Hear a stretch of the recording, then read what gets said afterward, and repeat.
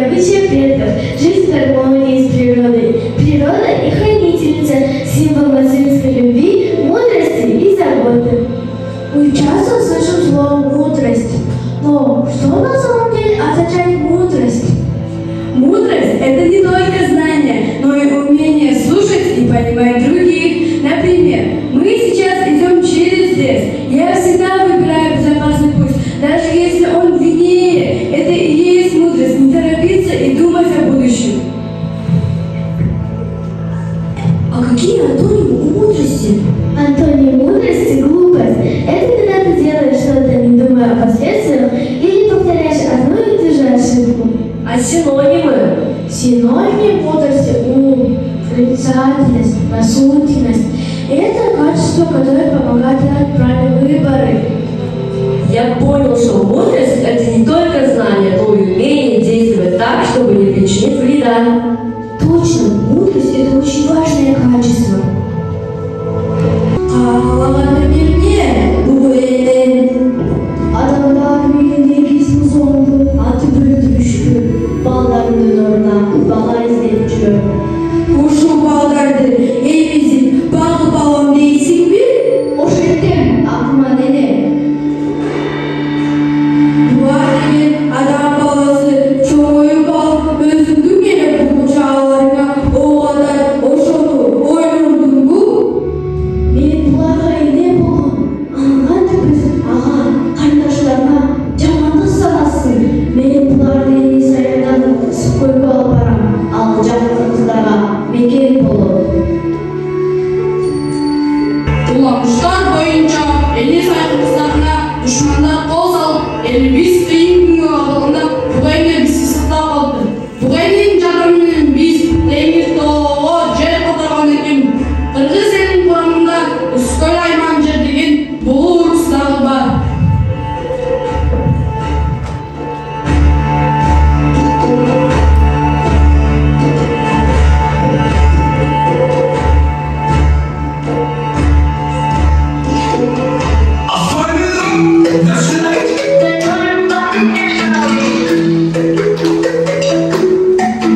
In the forest, bright and clear, lives a joyful dancing deer.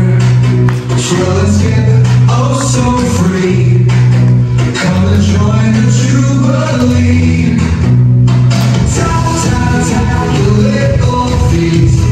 Dancing deer, oh what a treat. Round and around the trees you sway. Dancing deer, come out and play. With your antlers tall and proud, spinning under fluffy clouds. Jump and bounce, leap so high, chasing rainbows in the sky. Tap, tap, tap your little feet. Dancing deer, oh what a treat. Round and around the trees you sway. Dancing deer, come out and play. With your antlers tall and proud, spinning under fluffy clouds. Jump and bounce, leap so high, chasing rainbows in the sky.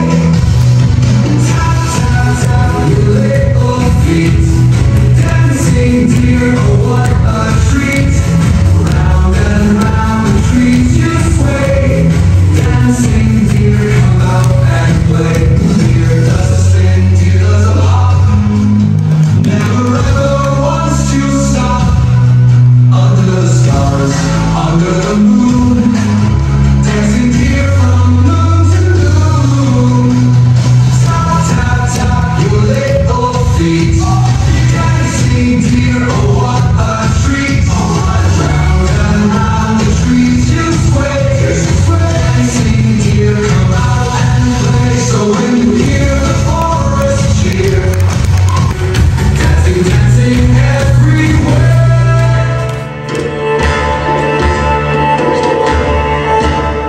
In forests deep and skies so clear, we tell the tale of the graceful deer. I am a fowl, so small and bright. I play in fields from day to night. I see some sheep and watch them play. They run and jump, then walk away. But man, don't change this world you see. One sheep, two sheep, it's meant to be. I am a stag, so strong and tall, with antlers wide, I watch them all. I cross the stream, and spot some fish, they swim so fast, just like a wish. One fish, two fish, it stays the same. The special worlds have a special name. I am a doll, so calm and kind, I care for fun that fall behind.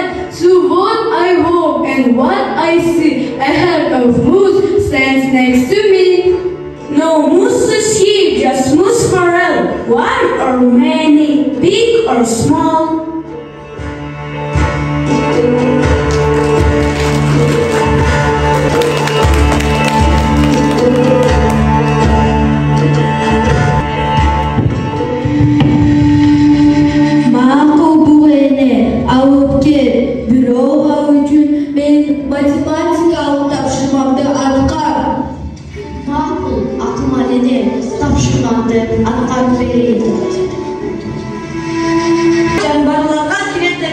Biz dagı matematikadan algan bilimlerimizni şamdagaylık menen tez esirtip logikabızды көрсөтөлүк. 3 boyunun 3 çarpıcı tuzması 36'a beraber. 36'nı 3'e bölsek 12 çıkar. Demek bir boyunun 1 çarpıcı tuzması 12'ye beraber. Bir çarpıcı menen bir buğun suması 12 olsa, anda bala 4 boş gerek. Ankeni 48'de 12'ye bölsek 4 bolot. Bala 4 bolsa, anda 9'du 4'e koyuyoruz. 4 buğu 36'a beraber. 36'nı 4'e bölsek 9 çıkar. Demek bir buğu 9'a beraber. Demek bir çarpıcı 3'e beraber turbayı. Demek bir bala 4 bolsa 2 bala 8 bolot. 1 çarpı 3 bolsa 2 çarpı 6, bir buğunu olsa 15 bolot. 9'du 8'e koysak 72, 72'ye 15 olursak 87 çıkar. Demek cevap 87.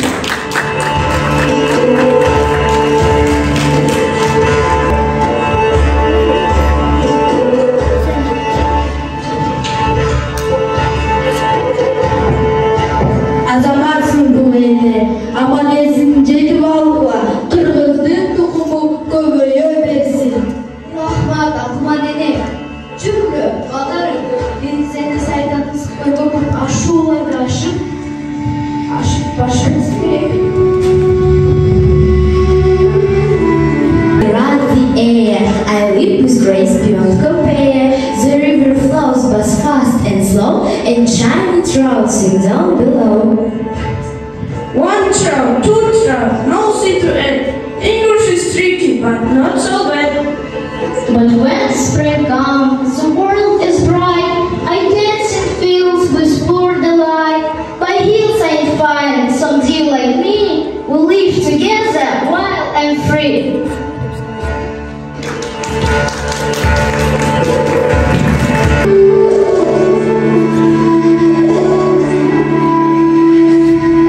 Çarçık buğa ceketim, çuhadır sözsüz su sayı. Gelin de biz çarçığa su bireyli.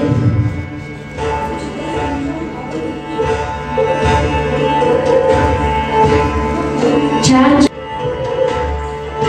Benim kolda 3 litrikten 5 litrik su batkan çakameni, çarçığa 1 litrik suyunu antip benim.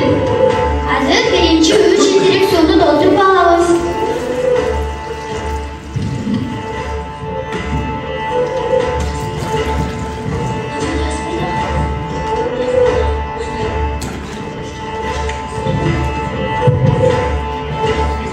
Emin doldurup alandan git. Bunu 5 litrelik çakmağa koyalım.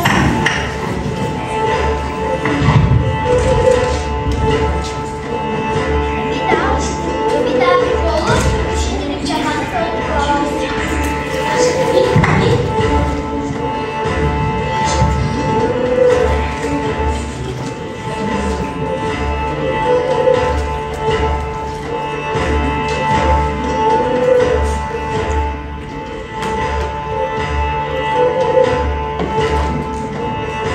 Bunu da ikinci yolu 5 litrelik çakmağa koyalım.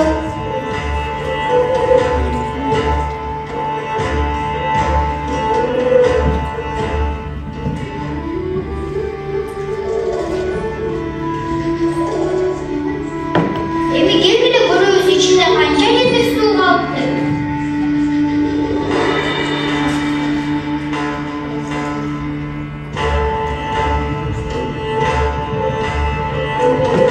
İçinde 1 litrelik su kaldı.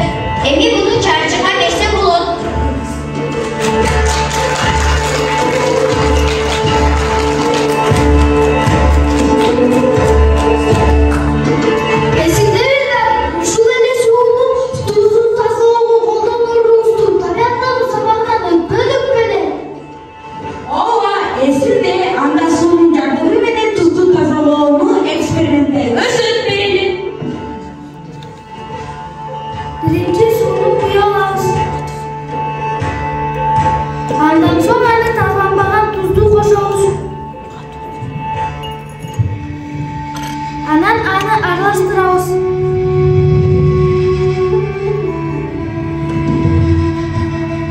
Даярек менен Супянга пакор идишке тамчылатабыз.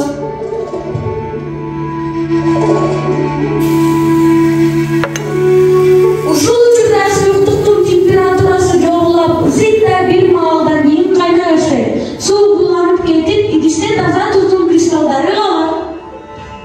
Мен суунун эриткич касиети тузду тазалоодо чоң роль ойнооруна күбө болдум.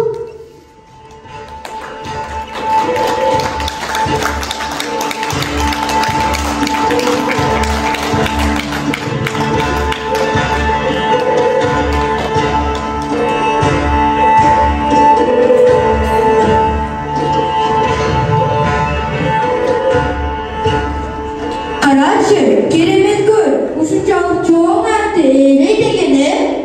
Ай, эмне үчүн суулар соолбай? Я, канча жыл өтсө дагы жер бетиндеги суулар азайбайт. Себеби деген жаратылышта суунун айланасы жүрөт да. Кел, ушул боюнча айтып берели. Күндүн нурунун таасири астындагы жер бетиндеги суулар ысыгандыктан үстүнкү бети дайыма буланып турат. Андан тышкары өсүмдүктөр дагы сууну булантышат. Ушул учурдагы жогору көтөрүлгөн суунун буусу абадан муздак катмары менен аралашып, конденсация кубулушунун негизинде булуттар пайда болот. Булуттар сулук майда тамчысынан жана будук майда кристалдарынан турат. Шамал болгондо булуттар кургак тарапты көздөй жылышып, ошол жердеги жаңы пайда болуп жаткан булуттар менен биригишет. Бул учурда суунун тамчысынын өлчөмү чоңоюп, абада кармалып тура албай калат да, жаан-чачын түрүндө жерге түшөт. Кара түстөгү жамыргуу булуттар төмөн жакта болушат. Ал эми чоң, чагылгандуу булуттар куюн, сымал көрүнүшкө ээ. Эгерде температура 0 градуса Цельсий жогору болсо, чаңгырчай, ал эми төмөн болсо, кар түшөт. Түшкөн жаан-чачындын бир бөлүгү топуракка сиңип кетет, калган бөлүгү жер үстүндөгү суларга кошулат. Мына ушинтип күндүн нурунун таасири менен процесс кайталана берет. We found some interesting facts about these wonderful animals.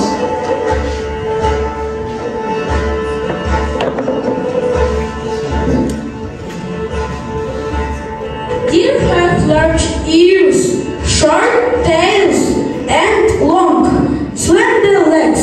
They are generally brown in color. They have two large and two small hooves on each foot. Male deer called bucks grow antlers with their shed and regrow each year. They have excellent vision and hearing, allowing them to detect predators from a distance.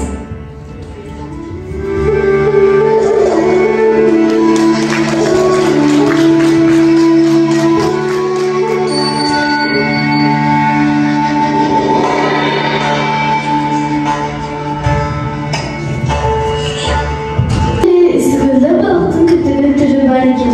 Мисалы, узундугу 1 метрге чейин мээ балыгы, эти даамдуу, сөөгү аз, жагымсыз жыты жок, аз соңкур балыгы, чабак, сазан балыктары болгон.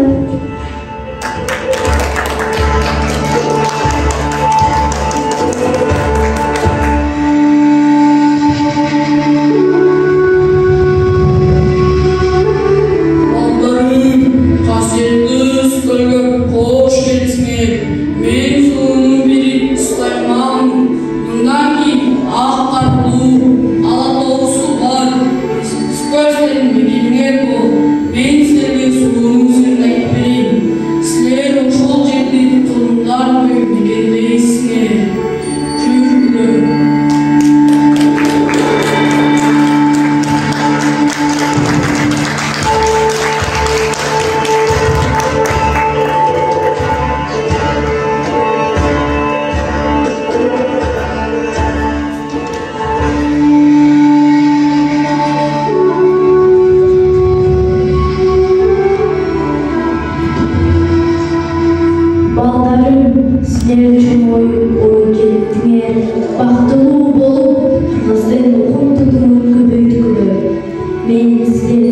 Eninger katları ak yeşildi, belki belki değil.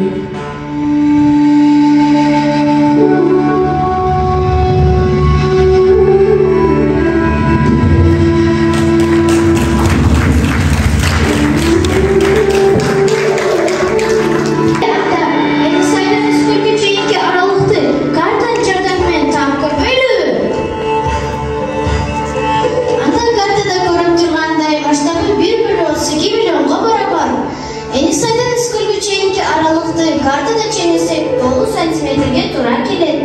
Анда картадағы 9 сантиметр жердегі ұзындығын тапсам 288 миллион сантиметр. Башқача айтқанда Енисайдан Үскөлгө чейинки аралық 2880 километрді түзеді. Эгерде бул балдар менен саатына 20 километр жол жүрсө 144 саатта келмек турбай, башкача айтканда 6 суткада Үскөлгө келмек. Азыркы заманбап турмушта экигизди пайдалануу менен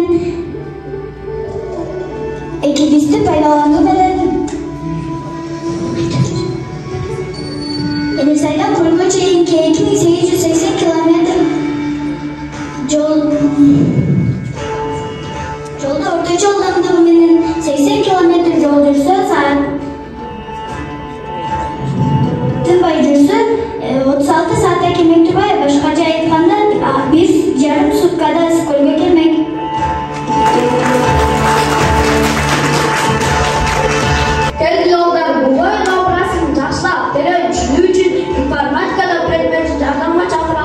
Информатика сабағы бұл маалыматтық технология мен тығыз байланышқан ошол маалыматтық процесстерди окутуу, үйрөтүүчү илимге маңызын билебиз. Ооба, азыркы заманда маалыматтык технологиянын өсүү бөлүгүшү өтө чоң. Кадамдар менен жүрүп, баарыбызга белгилүү. Мисалы, азыркы кездеги жазылма интеллект жашообуздун баардык чоң тармактарына өзгөртүүлөрдү киргизип жатат. Ошондой эле анын бизге окуумузга таасири олуттуу болду. Ооба, биз сабактарыбызда түшүнбөгөн темаларыбызды ChatGPT'ден сурап, оңой түшүнүп алууга мүмкүнчүлүк түзүлдү. Ошондуктан биз ушул бугайда уламышындагы кээ бир образдарды да ChatGPT'ден сурап, жасалма интеллект бул чыгарма жөнүндө ой жүгүртүүлөрү билели. Андай эмес ошол жасалма интеллект бугайда суроолоруна жооп берели.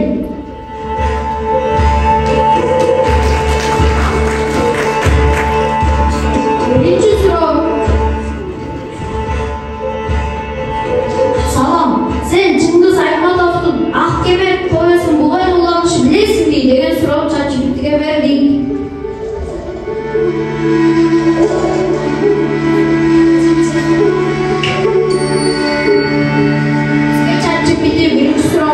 жооп берди.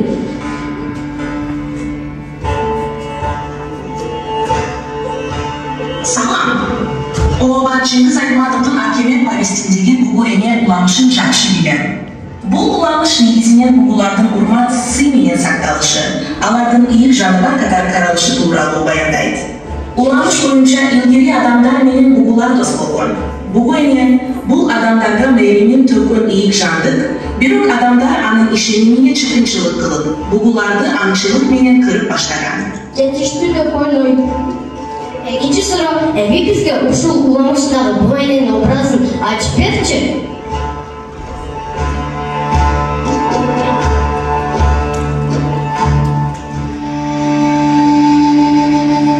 Экинчи суроо мынтип жооп берди. Бугай эне меримдүү жана камкор эне. Бугай эне ыйыктык менен тазалыктын символу. Бугай эне жоголгон адилеттүүлүктүн символу. Төртүнчүсү, бугай эне баланын үмүтүнүн жана куткарылуусунун символу. Жыйынтык. Бугай эне бул жөн гана уламышындагы карман эмес, табияттын ыйыктыгын, тазалыгын, адилеттүүлүктүн жана адамдардын руханий дүйнөсүн сактоочу символ. Бирок адамдардын зумдулугу, ач көздүгү, ташбоордугу аны жоготуп жатат. Чыңгыз Айтматовдун аркылуу бизге эгер биз табиятка каршы. Үчүнчү суроо мынтип берди. Эми ушул уламышыга сүрөттү токойдун фонунда тартып берчи. Эми ChatGPT ошондой жооп берди. Ошондой сүрөттү тартып берди.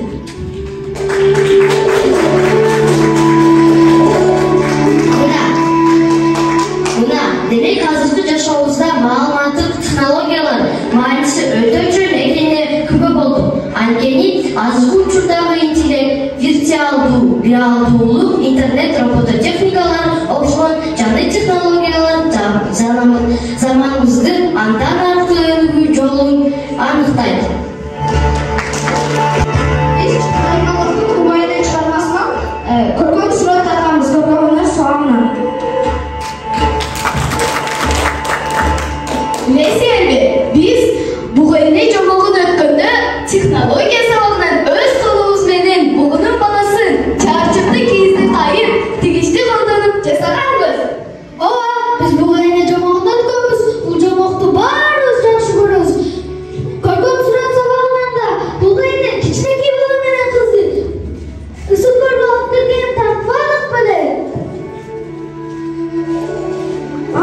эми ошол макул андай эми